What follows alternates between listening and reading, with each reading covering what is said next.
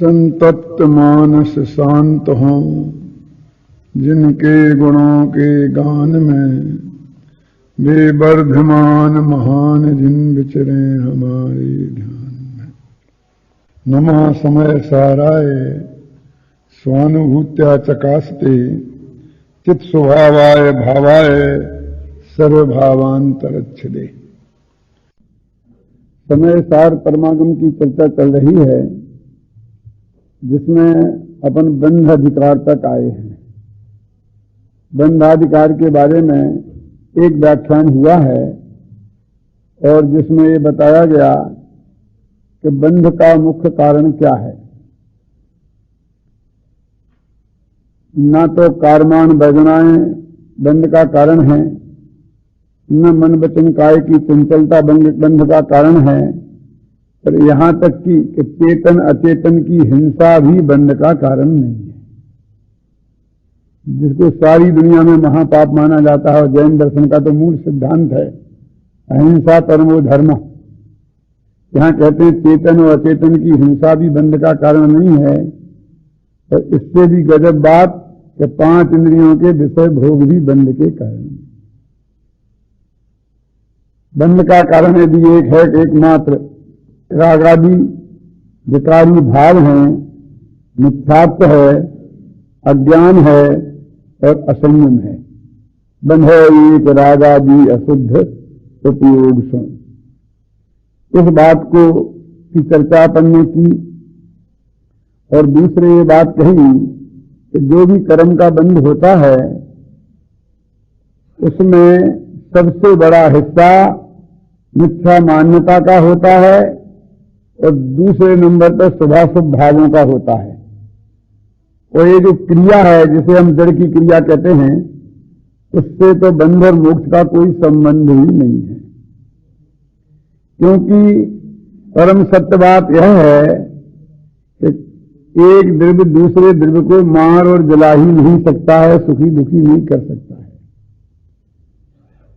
इस बात को बताने के लिए इस बंध अधिकार में अनेक गाथाएं लिखी। 25-30 गाथाओं के लंबे चौड़े प्रकरण में प्रवणान योग का आधार देकर ये सिद्ध करने की कोशिश की कि निज आयु क्षय से मरण हो, यह बात जिनवर ने कही। तुम मार कैसे सकोगे जब आयु हर सकते नहीं। निज आयु से जीवित रहें, यह बात जिनवर ने कही। तुम बचा कैसे सकोगे जब आयु दे सकते नहीं। क्योंकि प्रत्येक जीव अपने आयु कर्म के उदय के अनुसार जिंदा रहता है और आयु कर्म के क्षय होने पर मरता है। जब कोई व्यक्ति किसी दूसरे व्यक्ति को आयु कर्म दे नहीं सकता है तो वो उसे कैसे मार सकता है और कैसे दिला सकता है। इसी प्रकार के सिद्धांत को सुख दुख के संबंध में समझना चाहिए कि जब प्रत्येक जीव अपने असाता कर्म के उदय से दुखी होता है और साता कर्म के उदय से सुखी होता है, और तुम किसी को साता और असाता कर्म दे नहीं सकते हो, तो उसके सुख दुख के देने वाले तुम कैसे हो सकते हो। ये महासिद्धांत है। यदि इसे गहराई से हम विचार करें तो हमारे जीवन में सुख और शांति आ सकती है। यदि हम चारों तरफ निगाह डालकर देखें तो यह बात एकदम स्पष्ट दिखाई देती है कि हमारे दुख का कारण क्या है। हमारे हृदय की ये मान्यता कि कोई मुझे मार न दे, कोई मुझे दुखी ना कर दे, हम निरंतर भयाक्रांत रहते हैं। और मैं दूसरों को सुखी दुखी कर सकता हूं, मार सकता हूं, ऐसी श्रद्धा के कारण दूसरों को दबाकर उन्हें अपने कब्जे में रखने के विकल्प में उलझे रहते हैं। इस जगत में जितने भी शस्त्रों का निर्माण हो रहा है सुरक्षा के नाम पर, वो इसी मूल मान्यता के आधार पर है कि मुझे अपनी सुरक्षा का इंतजाम करना है, मुझे कोई मार न दे, इसके लिए हमने इतने हथियारों का निर्माण किया है। गजब की बात तो यह है कि हथियार किसी की मृत्यु का कारण तो हो सकते हैं, रक्षा का नहीं, लेकिन हम इनका निर्माण रक्षा के बहाने करते हैं। हिंदुस्तान की भी एक बड़ी विशेषता है कि खोटे काम का अच्छे नाम रखना जितना हिंदुस्तानी जानते हैं उतना कोई नहीं जानता है। मछलियों को मारने का धंधा करते हैं और नाम रखते हैं मत्स्य पालन उद्योग। एक उद्योग है जो मछलियों के पालन करने का काम करता है।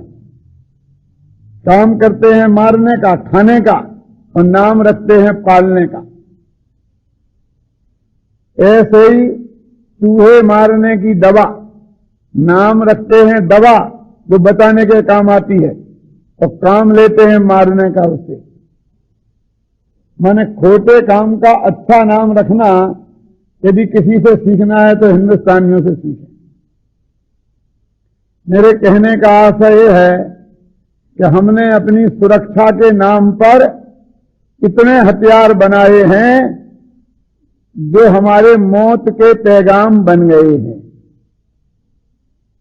उनसे तो लोग मरते हैं, जो मारने के काम आते हैं उन्हें हम बचाने का काम के नाम पर बनाते हैं।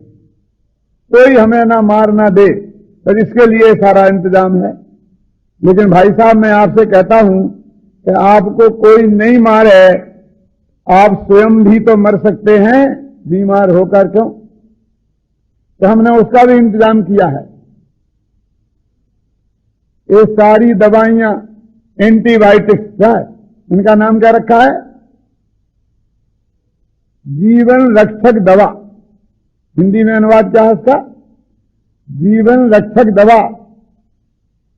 वास्तव में है तो वो कीटाणुनाशक है, तो हत्यारी दवा। और अंग्रेजों ने तो ईमानदारी से उसका नाम रखा ना एंटीबायोटिक्स, माने कीटाणुओं के विरुद्ध।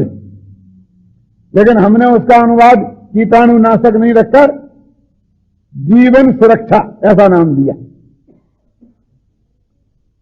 तो हमने एक दूसरी गोलियां बनाई इसके लिए कि हम अपने आप न मर जाएं, दूसरे न मार दें, इसके लिए अणुबम एटम बम बनाए। और अपने आप न मर जाएं इसके लिए हमने एंटीबायोटिक्स बनाए। और यही मैंने कहा था, सुख दुख के संदर्भ में भी समझना। तो ठीक है, कोई मार तो नहीं सकता है, बचा भी नहीं सकता है। बचा सकता होता तो हमारे बाप दादे भी जिंदा होते, 7 पीढ़ी के लोग जिंदा होते। आज वे नहीं हैं तो सब पहले वो दवाइयां नहीं थी इसलिए नहीं है। तो अब हम तो रहेंगे ना अपनी 7 पीढ़ी तक, इसकी भी कोई गारंटी नहीं है। जितने भी हमने बचाने के इंतजाम किए उससे आज तक कोई बचा तो नहीं। तो लोग कहते हैं ना सही, दुख तो नहीं होगा, और इसके लिए हमने दर्दनाशक दवाइयां बनाई, दुख निवारण दवाइयां बनाई। इस तरह हमने सारे प्रयत्न, कोई हमें मार ना दे और हम स्वयं ना मर जाएं, हमें कोई दुखी ना कर दे, इस लक्ष्य से ही ये सारा इंतजाम हमने किया है। इस बंधाधिकार में आचार्य देव कहते हैं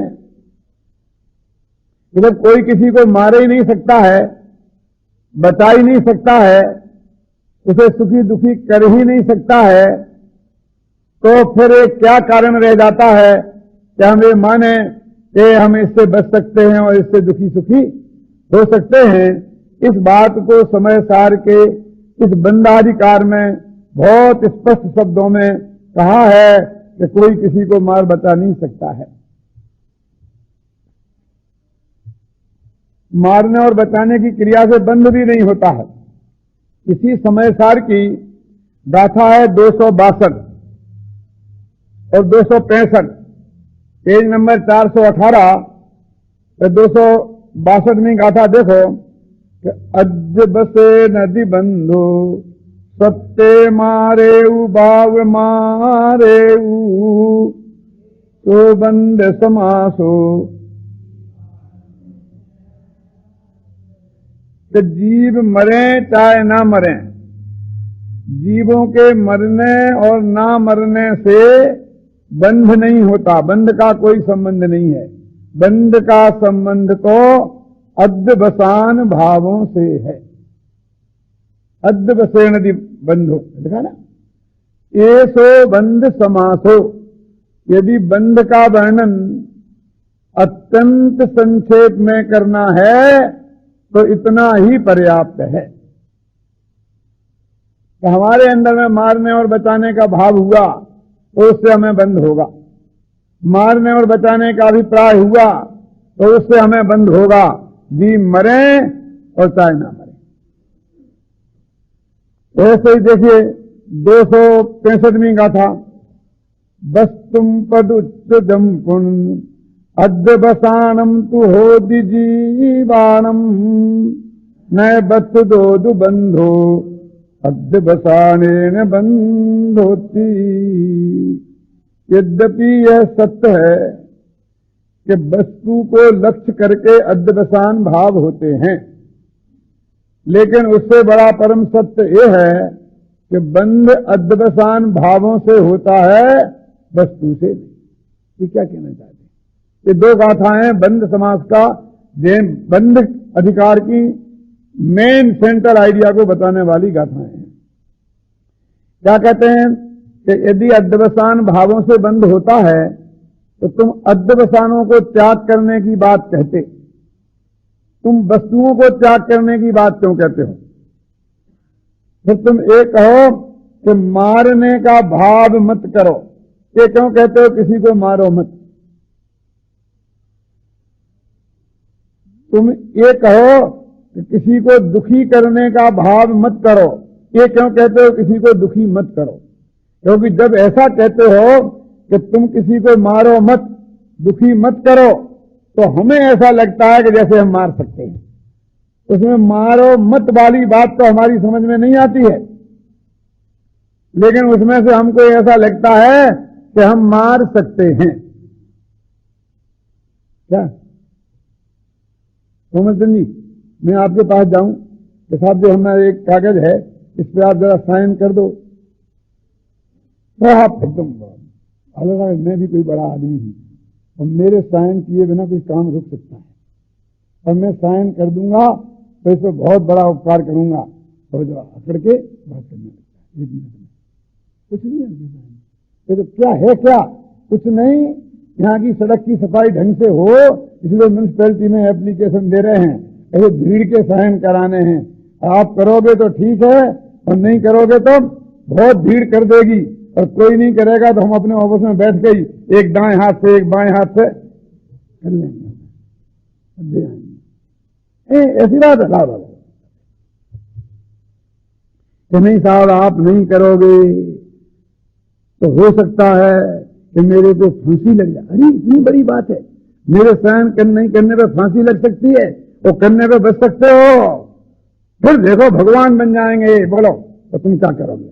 मैं नहीं करता, आखिर मेरी भी जिम्मेवारी है, मैं भी नैतिक आदमी हूं, मुझे समझना पड़ेगा। तो सारी जिंदगी गुलाम बनाने की कीमत पर वो साइन करेगा।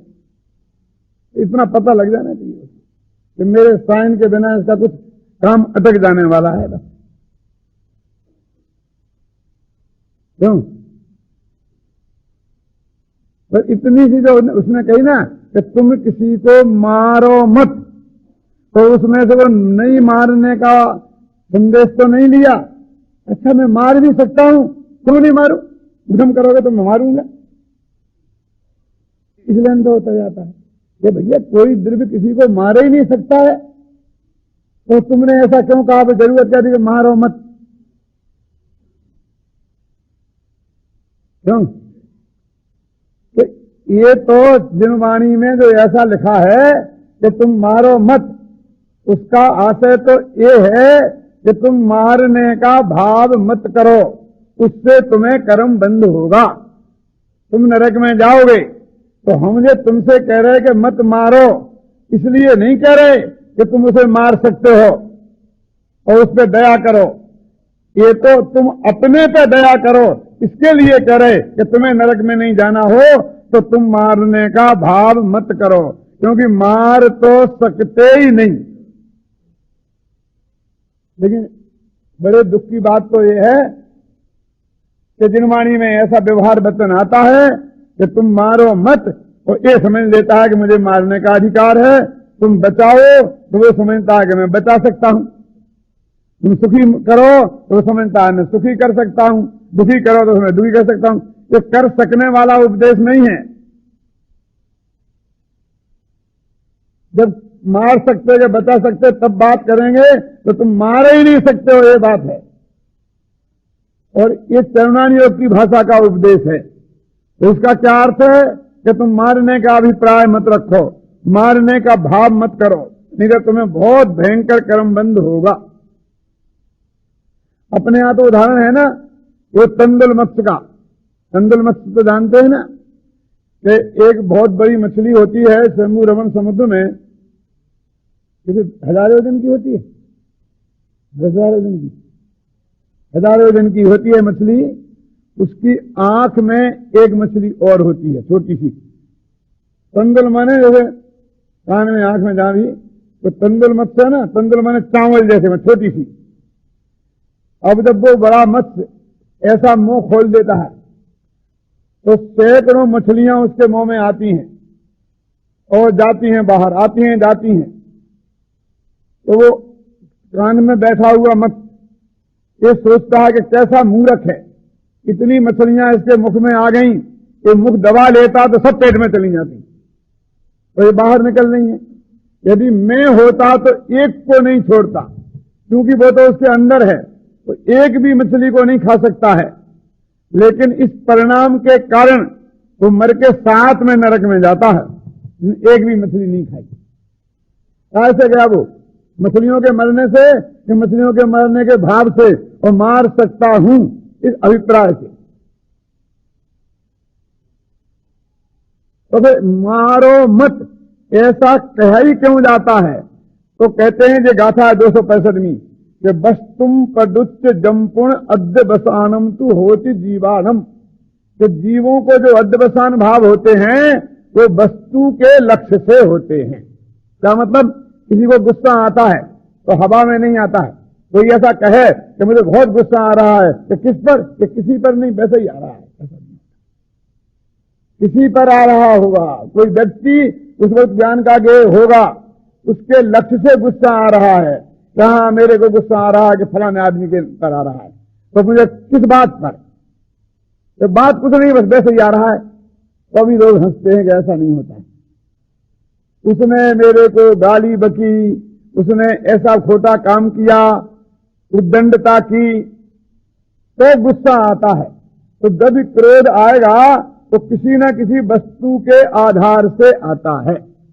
इसका नाम है वस्तुम पदुच्च अद्यवसानम होन्ति जीवानम। अद्यवसान जीव को वस्तु के आधार से होते हैं, समझे ना? लोभ होता है कि किसका? कि कुछ का नहीं, बस वैसे ही लोभ आ रहा, ऐसा नहीं होता। पैसे का, स्त्री का, पुत्र का, मकान का, जायदाद का, यश का, काहे का लोभ है? लोभ किसी ना किसी का होता है, वैसे लोभ नहीं होता है। ऐसे ही मारने का भाव, तो किसी ना किसी को मारने का भाव होता है। तो मारने का भाव आ रहा है कि किसको? तो नहीं, बस वैसे ही आ रहा है, ऐसा नहीं।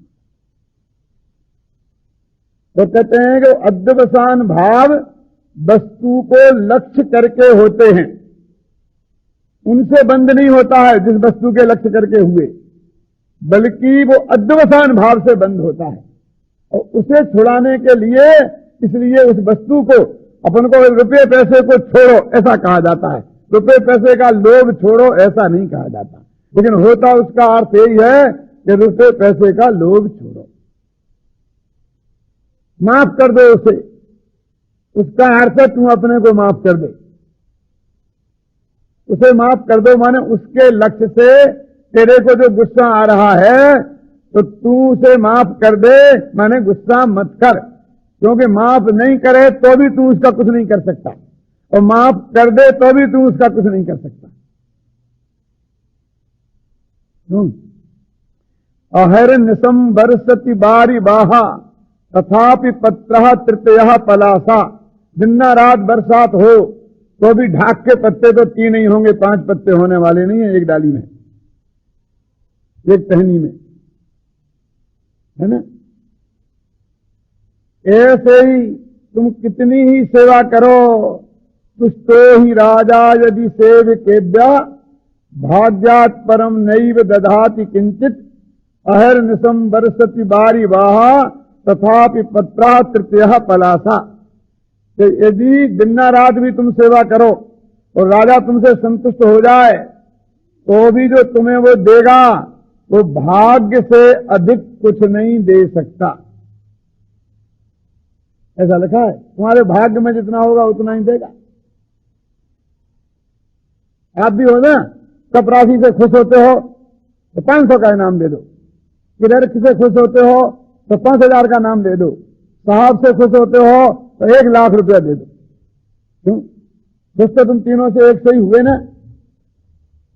लेकिन जैसी उसकी हैसियत होती है उसके हिसाब से तुम्हें देने का भाव आता है। माने जैसे उसके पुण्य का उदय है उसके अनुसार उसे देने का भाव आता है कि नहीं आता है। इसका मतलब है तुमने कुछ नहीं दिया, तुम कुछ कर नहीं सकते हो। लेकिन कर्णान योग की भाषा ऐसी होती है, मारो मत, किसी को सताओ मत, दुखी मत करो, ख्याल में है ना। ऐसी भाषा होती है, परोपकार करो। लेकिन उसका अर्थ ये होता है कि उसके लक्ष्य से तुम कोई खोटे भाव मत करो, उससे तुम्हें कर्म बंद होगा।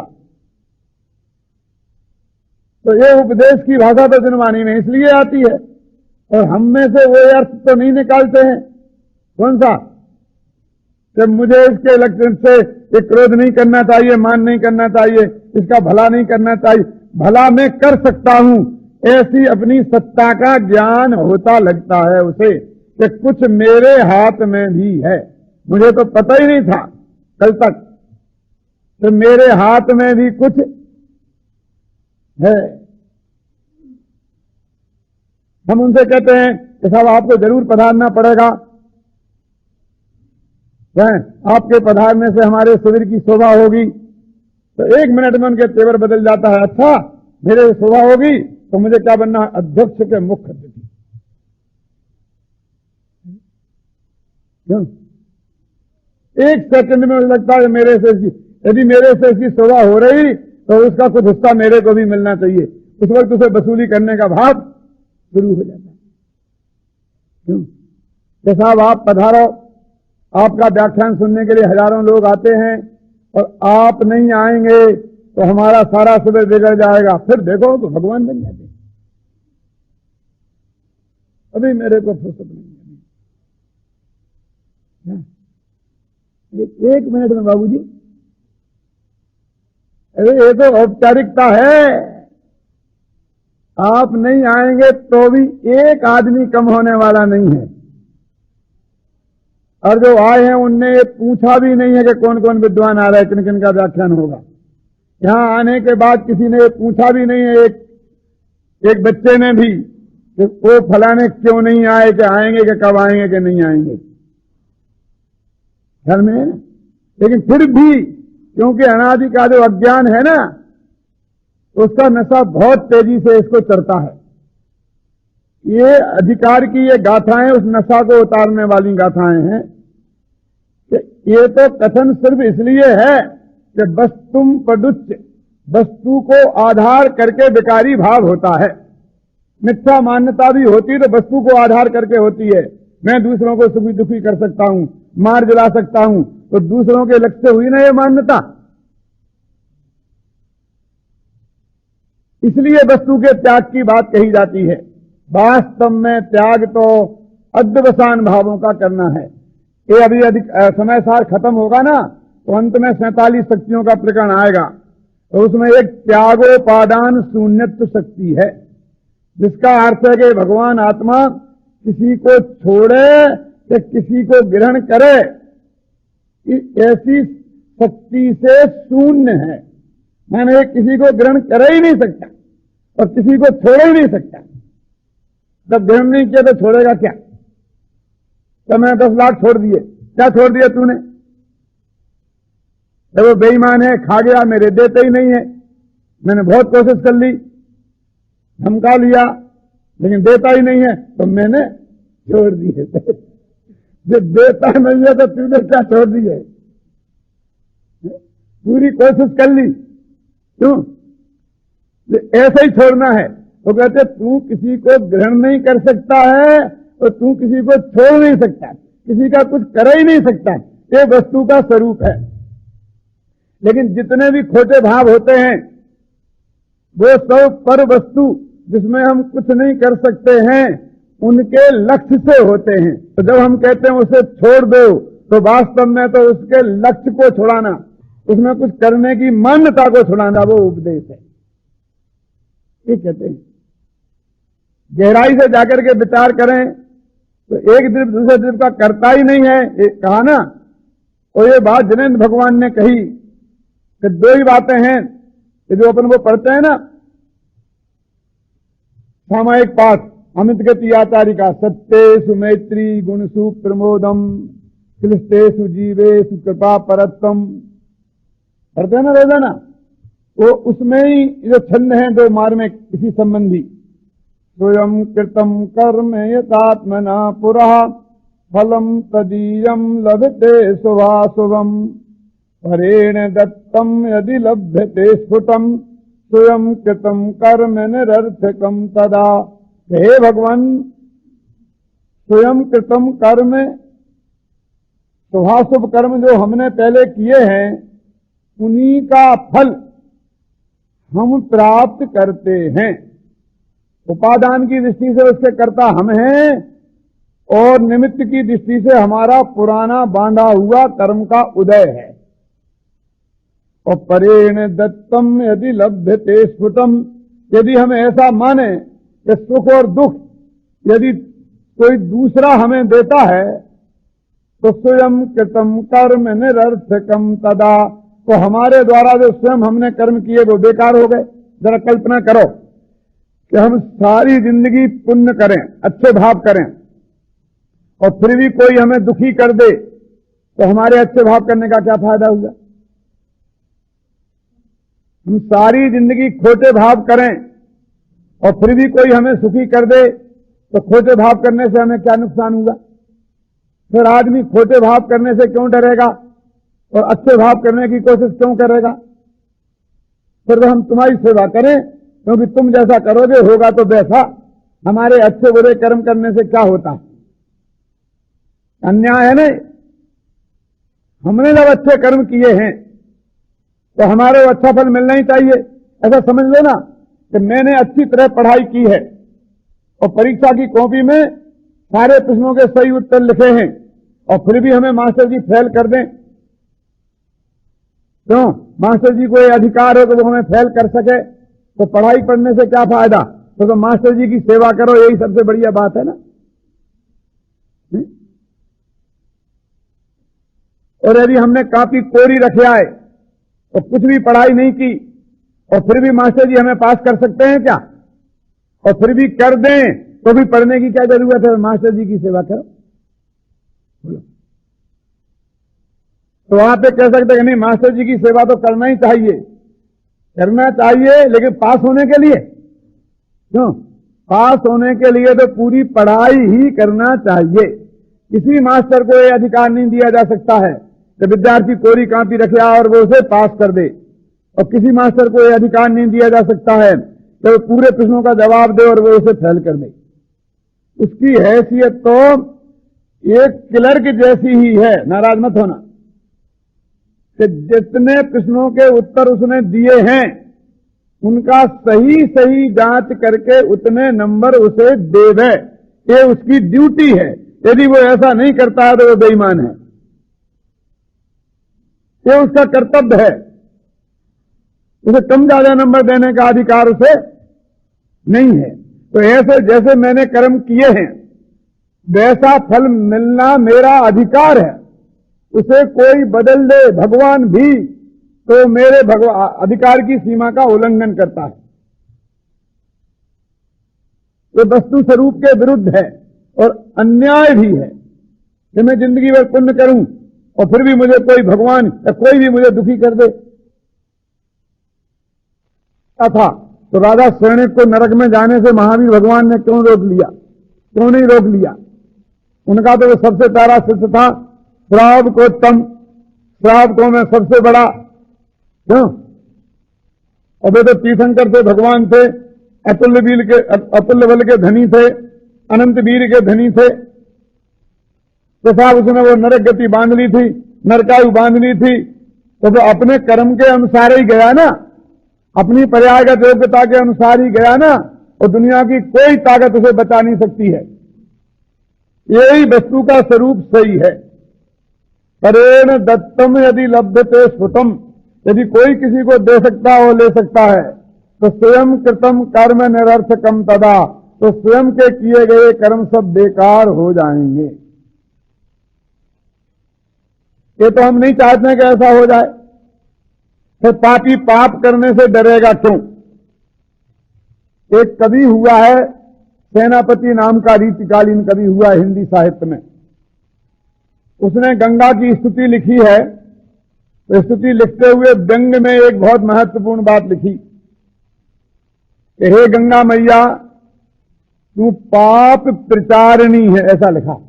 पाप विनाशनी नहीं लिखा, पाप प्रचारिणी लिखा बाबूजी। तो किसी ने पूछा कि तुम पाप प्रचारिणी कैसे कहते हो?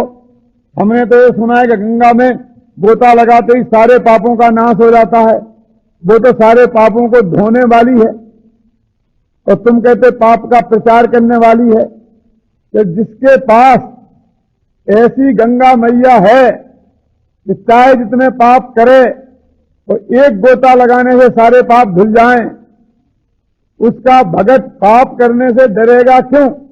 दिन भर जम के पाप करे और शाम को एक डुबकी लगाए और सब साफ। तो पाप प्रचारिणी हुई कि पाप नाश नहीं हुई? मेरा सफेद कुर्ता हो तो जरा भी धब्बा लग जाए तो पहनने के काम का नहीं रहता है। तो मैं संभल के रहता हूं कि धब्बा लग ना जाए। लोग कहते हैं ना सफेदी में धब्बा लगाना नहीं, जिंदगी में भी सफेदी है हमारी, सब उसमें जरा सा धब्बा लग जाए तो हम बदनाम हो जाते हैं ना। तो हम सावधान होकर रहते हैं कि नहीं, मेरे को एक ऐसा सा पाउडर मिल जाए क्यों तो दाग का पता ही नहीं चले कहां चला गया, ढूंढते रह जाओगे।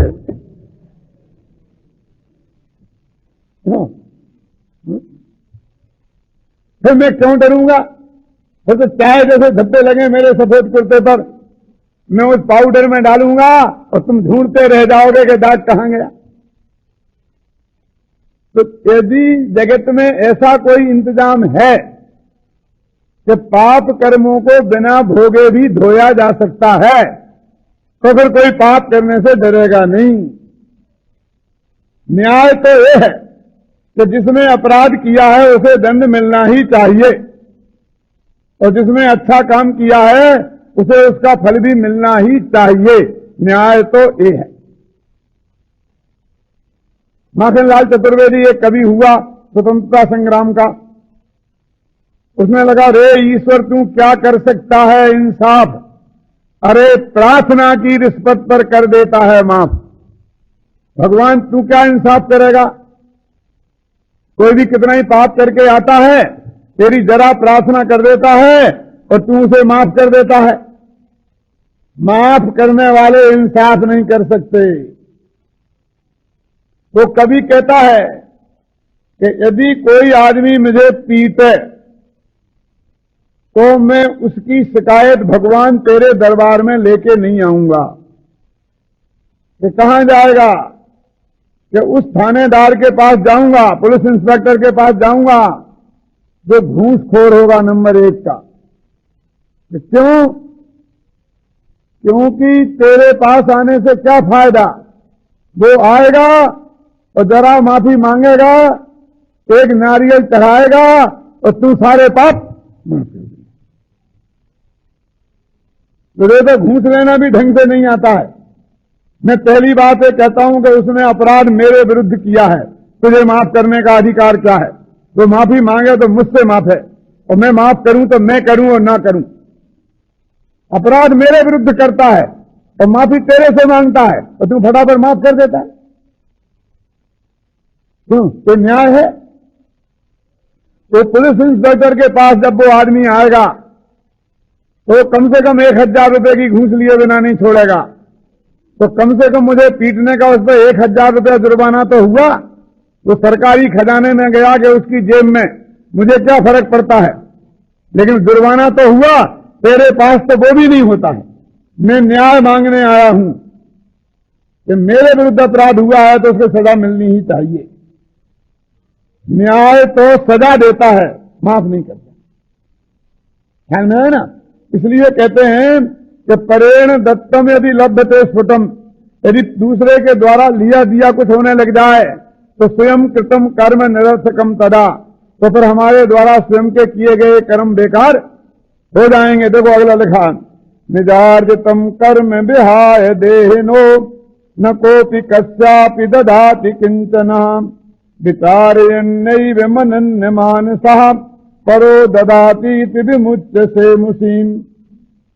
अपने द्वारा कमाए गए कर्मों को छोड़कर इन प्राणियों को और कोई कुछ नहीं देता। तो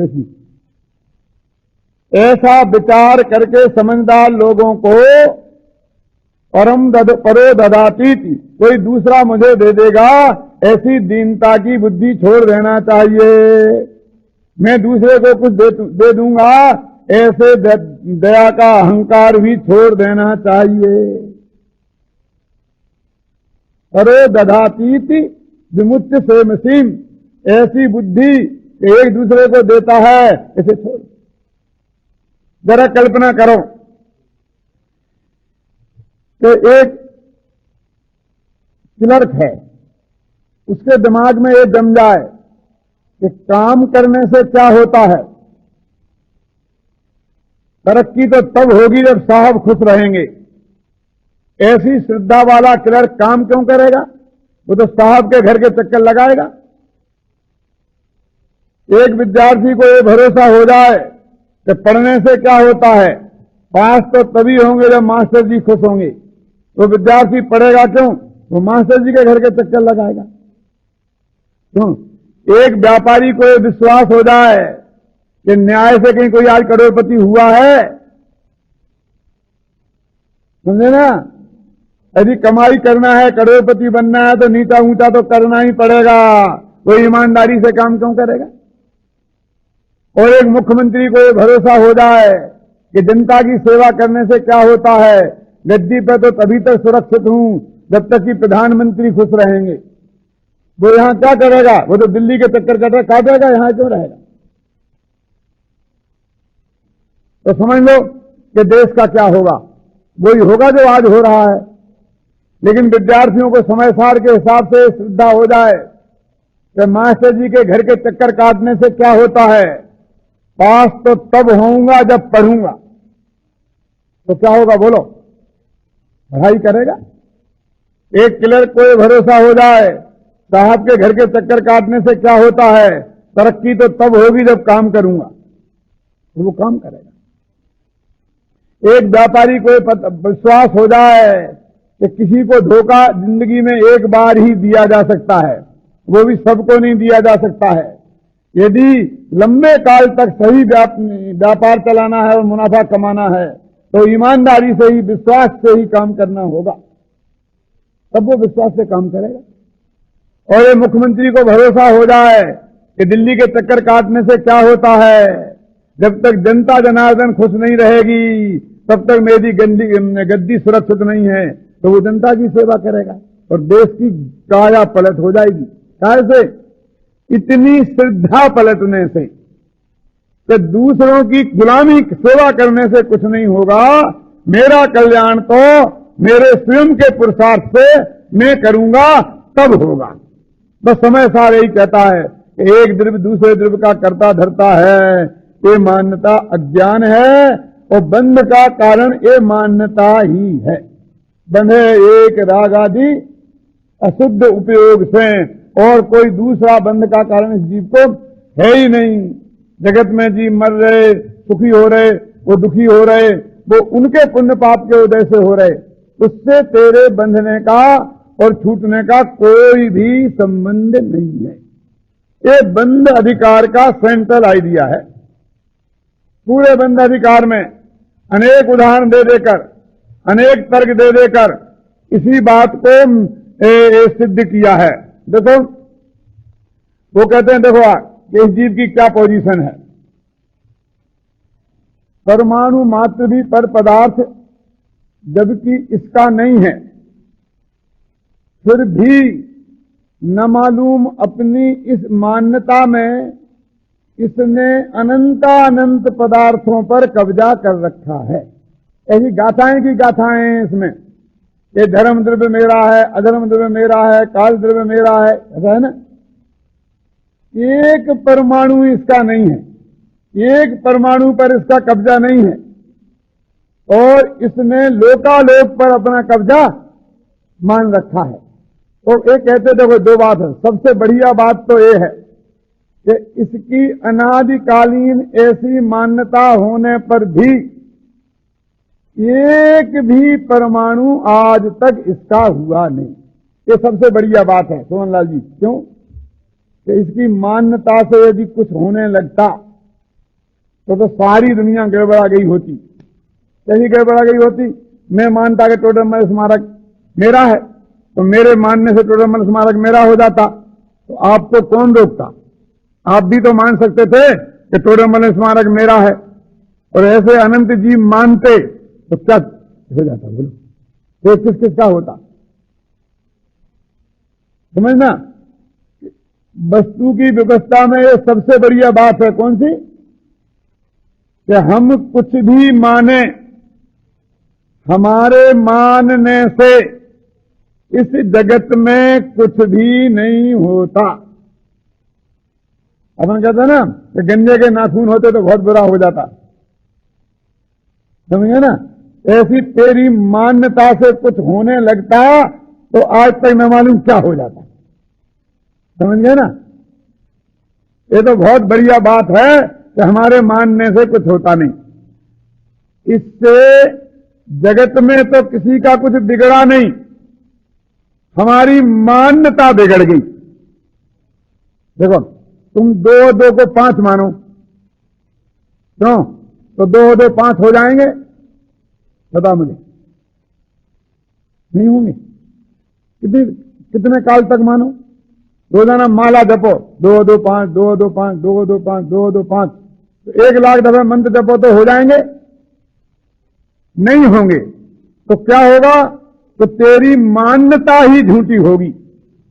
ऐसे ही तू अनंत काल से मानता रहा, स्त्री मेरी, पुत्र मेरे, मकान मेरे, शरीर मेरे, जायदाद मेरे, रुपया मेरे, पैसे मेरे, मैं इसे मार सकता हूं, मैं इसे बचा सकता हूं, मैंने इतनों को मारा, मैंने इतनों को बचाया, ये जमा खर्च करता रहा।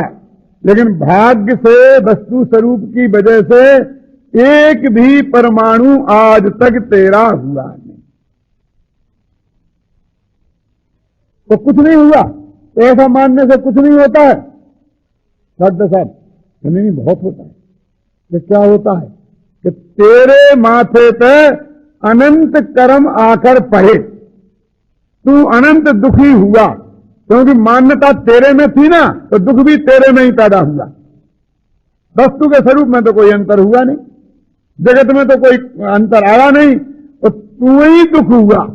तो जब हम ये कहते हैं कि तुम इसे छोड़ दो, तो वो तुम पर दया करके कहते हैं, उस पर दया करके नहीं कहते।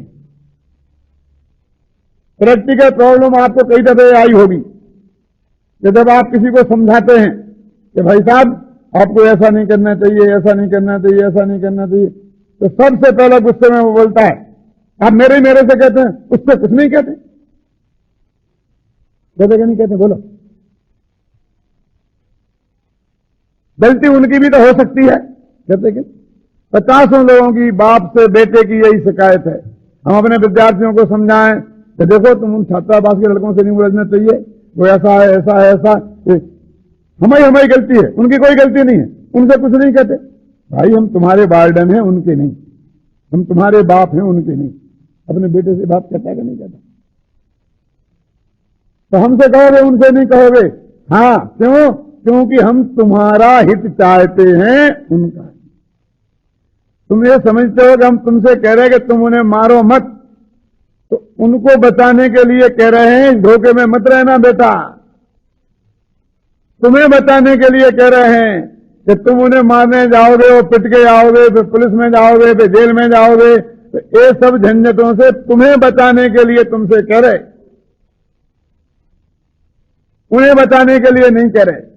तो ज्ञानी जीव कह रहे हैं कि हम तुमसे कह रहे हैं कि तुम उसे अपना मत मानो, इसलिए नहीं कि तुम उसे छोड़ दो जिससे उसकी तकलीफ मिट जाए। उसे तो तुम पकड़ सकते ही नहीं, तुम अनंत दुख में नहीं पड़ो, इसलिए तुमसे ये कह रहे हैं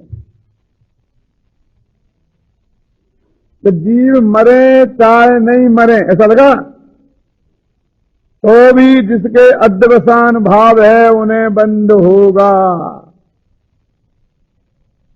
और जीव मरे चाहे ना मरे, लेकिन जिसके अध्यवसान भाव नहीं है उन्हें बंद नहीं होता है। तो बंद का संबंध अध्यवसान भावों से है। एक बहुत बढ़िया कलश है 173वां, वो पढ़ते हैं जो बंदाधिकार का सार है। सर्वत्राद्यवसान मेद मखिलम त्याज्यम यदोक्तम जनई तन्मन्ये व्यवहार एव निखिलो अन्यासयात्याजिता सम्यक निश्चय मेकमेव तदमी निष्कंपमाक्रम्य किम शुद्ध ज्ञान घने महेन मिन निजे बदनंति संतो धृतम। बहुत मार्मिक छंद है। भगत भगवान से कह रहा है, अमृतचंद्राचार्य भगवान से कह रहे हैं कि भगवान तुमने कहा कि अध्यवसान भाव छोड़ो, ठीक है ना। यदुक्तम जनई, यदि उत्तम जनई, जिनेन्द्र भगवान ने जो ये कहा, क्या कहा कि सर्वत्राद्यवसान मेव त्याज्यम, सभी अध्यवसान भाव छोड़ो। सभी अध्यवसान भाव छोड़ो माने क्या मोहनलाल जी? पर के लक्ष्य से होने वाले मोह राग देश के परिणाम, दूसरों को मारने के भाव और दूसरों को बचाने के भाव, ये भी अध्यवसान है। दूसरों को सुखी करने के भाव और दुखी करने के भाव, ये सब अध्यवसान हैं। क्यों? क्योंकि तू सुखी दुखी कर नहीं सकता, मार बचा सकता नहीं है, और हवाई कल्पना है, मिथ्या मान्यता है। तो सर्वत्र अध्यवसान भावों को भगवान आपने त्याग करने की बात कही है। मैं ये समझाऊं तो परीक्षा दे रहे कि आपने जो हमें अभी तक समझाया उससे मैं क्या समझा, और आगे एक कदम उठाते हैं कि इसका तात्पर्य में ये समझा कि अन्याश्रिता निखिलो व्यवहारा एव त्याजता इति मन्ये, कि तुम अन्य के आश्रय से उत्पन्न होने वाले संपूर्ण व्यवहार को त्याग करने की बात कह रहे हो। क्या कह रहे? तुमने तो ये कहा कि अध्यवसान भाव छोड़ो, और उसका अर्थ में ये समझा कि सारे जो पदार्थ हैं जिन्हें मैंने अपना मान रखा है, वो सारा जो व्यवहार है उसको त्याग करने की बात तुम मेरे से कह रहे हो। इसलिए मैं ये कहता हूं कि तुम अपने आत्मा में अपने उपयोग को क्यों नहीं बांध देते हो। देखो इसका हिंदी का अनुवाद कलश जो मैंने लिखा है वो आपको पढ़ के सुनाता हूं। कौन सा है? 183। आपके पास, सबके पास किताब है ना? नहीं है, छोटी वाली किताब में है। अडिल्य छंद है। अडिल्य जो जानते हो क्या होता है? अडिल्य छंद जानते हो? जो पुरानी देव गुरु की पूजन है ना, उसका पहला ही छंद। प्रथम देव अरहंत सुसत सिद्धांत जू,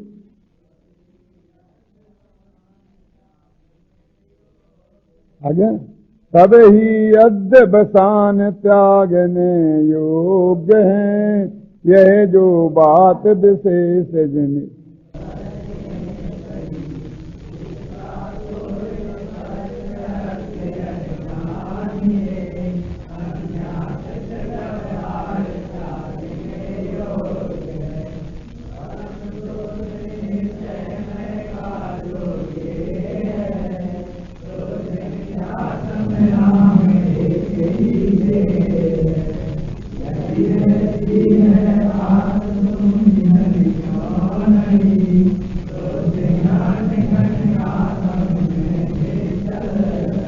कितना सरल अर्थ है। संस्कृत का श्लोक बहुत कठिन दिखता है, लेकिन इसमें अक्षर अक्षर अनुवाद है। एक कोमा फ्लश स्टॉप में भी अंतर नहीं है। ऐसा नहीं है कि उसमें हिंदी करने से कुछ गड़बड़ हुई है। देखो पढ़ो, सभी ही अद्वसान त्यागने योग्य हैं, इसका तो अर्थ करने की जरूरत नहीं है। यह जो बात विशेष जिनेश्वर ने कही, भगवान ने जो ये बात कही है, इसका तो स्पष्ट अर्थ यह जानिए। क्या जाने स्पष्ट अर्थ? कि अन्याश्रित व्यवहार त्यागने योग्य है। अन्य के आश्रित से उत्पन्न होने वाला जितना भी व्यवहार है वो सब त्यागने योग्य है। ये अर्थ है स्पष्ट। और क्या बात है कि परम शुद्ध निश्चय का जो गेय है, परम शुद्ध निश्चय तो ज्ञान है ना, ज्ञान की पर्याय का नाम है ना। परम शुद्ध निश्चय किसका नाम है? ज्ञान की पर्याय का नाम। तो उसका गेय कौन है? त्रिकाली ध्रुव भगवान आत्मा।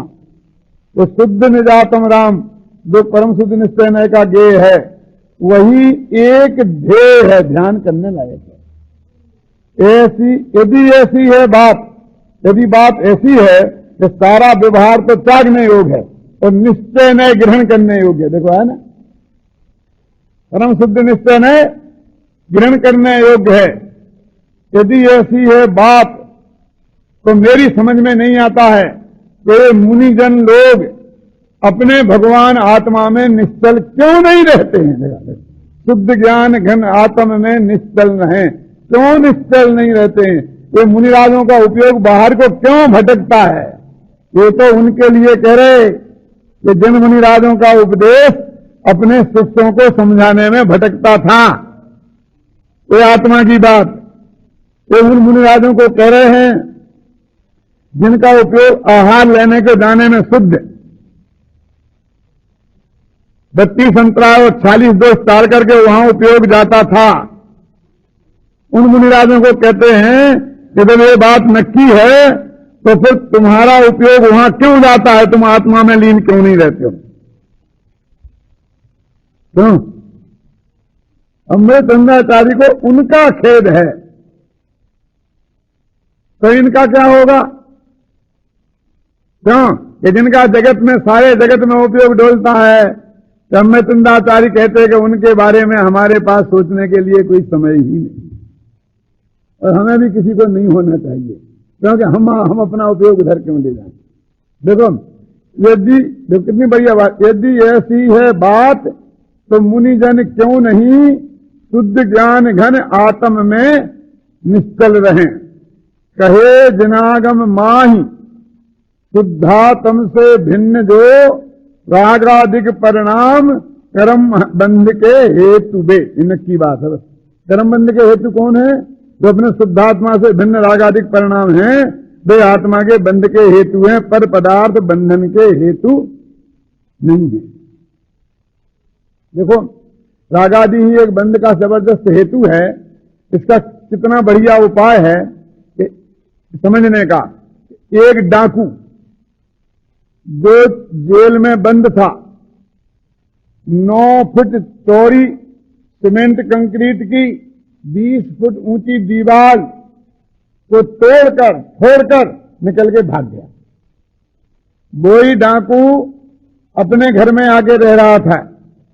मकान छोटा सा था, घर में 5-7 मेंबर थे, तो फ्लाई की दीवारें खड़ी करके 2-3 कमरे बनाए थे। लंबा हॉल था ना ये कैसा, तो बीच में फ्लाई की दीवार खड़ी कर करके कमरे बनाए थे। एक में लड़का बहू सोता था, एक में वो खुद सोता था। क्या करे, बड़ा मकान नहीं हो तो करना पड़े ना ऐसा। अभी वो अंदर सोता था और बाहर से फ्लाई के किवाड़ और कोई सांकल लगा के चला गया।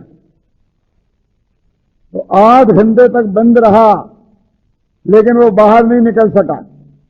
जो जेल की इतनी मोटी दीवार तोड़ के फान गया था, वो इतनी एक सूत बराबर फ्लाई को तोड़ के बाहर नहीं निकल सकता था। क्यों नहीं तोड़ पाया बताओ? क्योंकि इससे राग था और उससे द्वेष था। जिससे द्वेष होता है, जिसे पराई समझते हैं, उसे इतनी मोटी दीवार भी तोड़ी जा सकती है। और जिससे राग हो, जिसे अपनी समझते हैं, क्यों, उसे फ्लाई की दीवार भी नहीं टूटती है। अपना माना तो हमने इस कर्म को अपना माना, तो कर्म की दीवारें कैसी टूटेंगी, कर्मों का नाश कैसे करेगा? बोल, बंधन कौन सा बड़ा है? दीवालों का बड़ा बंधन है कि राग का बड़ा बंधन है? बोलो। राग का बंधन हो तो फ्लाई की दीवार में भी बंद रह सकता है।